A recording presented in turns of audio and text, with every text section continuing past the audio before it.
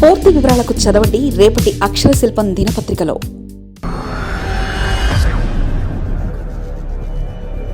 ఇక చకచక రాజధాని అమరావతి పనులు 3 నెలల్లో పూర్తి చేయాలన్న సంకల్పం. ఆంధ్రప్రదేశ్ రాజధాని అమరావతి నిర్మాణ పనులు ఊపందుకోనున్నాయి. ఈ నెలలో ప్రధాని నరేంద్ర మోదీ చేత శంకుస్థాపన జరిపిన తర్వాత ఇక చకచక నిర్మాణ పనులను ప్రారంభించాలని ప్రభుత్వం నిర్ణయించింది. ఇప్పటికే వివిధ పనుల కోసం టెండర్లను ఆహ్వానించిన ప్రభుత్వం వాటిలో లోయెస్ట్గా కోట్ చేసిన కంపెనీలను ఎంపిక చేసి సెలెక్ట్ చేసింది. అయితే శంకుస్థాపన జరగకుండా పనులు ప్రారంభించకూడదన్న ఏకైక ఉద్దేశంతోనే చంద్రబాబు నాయుడు పనుల ప్రారంభానికి గ్రీన్ సిగ్నల్ ఇవ్వలేదని తెలిసిందే.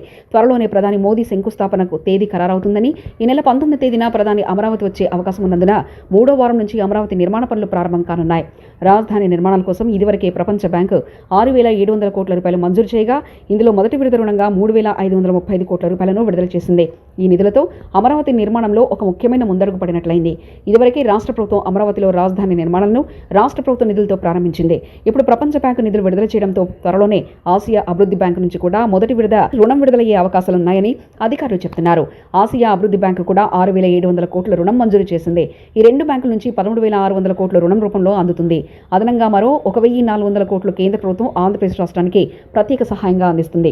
వీటితో పాటు హడ్కో నుంచి 11,000 కోట్ల రుణ సమీకరణకు ప్రభుత్వం అన్ని ఏర్పాట్లు చేసింది. దీనికి సంబంధించిన అనుమతి లేఖ కూడా రాష్ట్రానికి అందింది. అంతేకాకుండా జర్మనీకి చెందిన ఆర్థిక సంస్థ నుంచి ఇంకొక 5 కోట్ల రూపాయల రుణం తీసుకునేందుకు ప్రభుత్వం సిద్ధమవుతుంది. దాదాపు 20 కోట్ల రూపాయల వ్యయంతో అమరావతి తొలిదశ పనులను పూర్తి చేయాలన్న నిర్ణయంతో ప్రభుత్వం ఉంది. ఈ నిర్మాణాలు తొలిదశ పూర్తయితే ఇక రాజధానికి ఒక రూపురేఖలు రావడమే కాకుండా ఈ ప్రాంతంలో భూముల విలువ కూడా రెట్టింపయ్యే అవకాశాలున్నాయన్న అంచనాల్లో ప్రభుత్వం ఉంది. రియల్ ఎస్టేట్ రంగం పెరిగితేనే ప్రభుత్వానికి ఆదాయం కూడా పెరుగుతుందని భావిస్తున్నారు. రాజధాని ప్రాంతంలో ప్రభుత్వ భూముల విక్రయాలకు అప్పుడు సులువుగా మారుతుందని చంద్రబాబు లెక్కలు వేసుకుంటున్నారు. 2028 నాటికి దీనిపై ఒక క్లారిటీ వస్తుందని భావిస్తున్నారు. మరిన్ని కథనాల కోసం సబ్స్క్రైబ్ చేసుకోండి మీ అక్షర శిల్పం. పూర్తి వివరాలకు చదవండి రేపటి అక్షర శిల్పం దినపత్రికలో.